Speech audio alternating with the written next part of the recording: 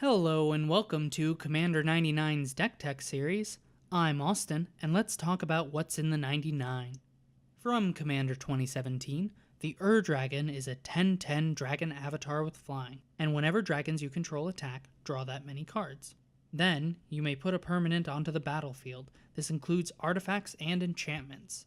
With its Eminence ability, while in the command zone or in play, other dragon spells cost 1 less to cast. Cards that synergize well with this ability include Dragonlord's Servant, Dragon Speaker Shaman, Heartless Summoning, Herald's Horn, and Urza's Incubator, additionally reducing the cost of your dragon spells. There is a certain level of threat that dragons pose to the board state. Flying creatures with strong power and toughness cause players to focus your dragons with their removal. WUBRG Hellkite puts a 6/6 dragon token into play for each dragon that attacks. Atarka Worldrender gives your attacking dragons double strike, and when these dragons hit the board, it's all but game over. Having creatures with such a high converted mana cost, it's good to include accelerants to ramp up the pace of the deck. Sol Ring is cheap artifact ramp. Farseek, Nature's Lure, Cultivate, Kodama's Reach, and Skyshroud Claim work for color fixing. Being in 5 colors, it's ideal to have ways to produce mana of any color. With Coalition Relic, tapping it or removing a charged counter can add up to 2 mana of any one color. Chromatic Lantern makes it so your lands can tap to add 1 mana of any color to your mana pool, and you may tap it to produce an additional mana. Selvala Heart of the Wilds taps to add mana equal to your creature's greatest power.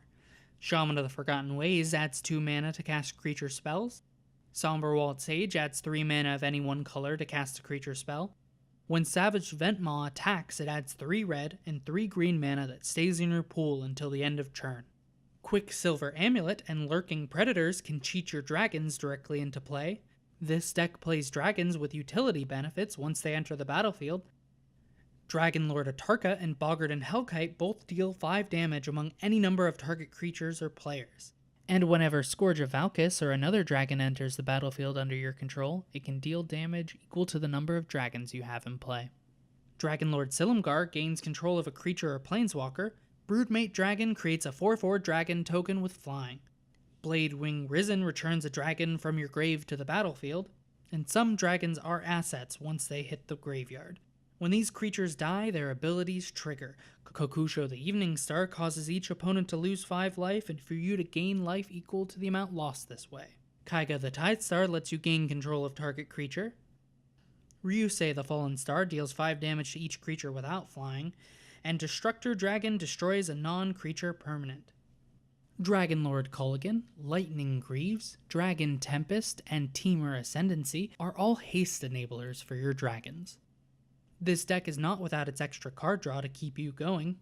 Elemental Bond and Kindred Discovery are enchantment draw engines. Dragon Mage and Nullspine Dragon are wheel effects that let you refill your hand. Spellbound Dragon loots to pump itself. Niv Mizzet the Firemind pings every time you draw a card and taps itself to draw a card. Dragonlord Ojutai lets you pick a card from the top 3 and put 1 into your hand. And this deck has a couple of tutors to grab your best dragons for any given situation with Worldly Tutor, Eldorami's Call, and Sarkhan's Triumph. This build of the Dragon goes big, limiting the pressure by reducing the cost of your dragons and ramping up as much as possible. Dragons are an immediate threat to the other players, and this deck provides utility to help keep the tempo going. Well, that's it for our Commander Deck Tech. If you enjoyed the video, give it a like, share it, or subscribe to the channel to see more decks in the future. Thanks for watching.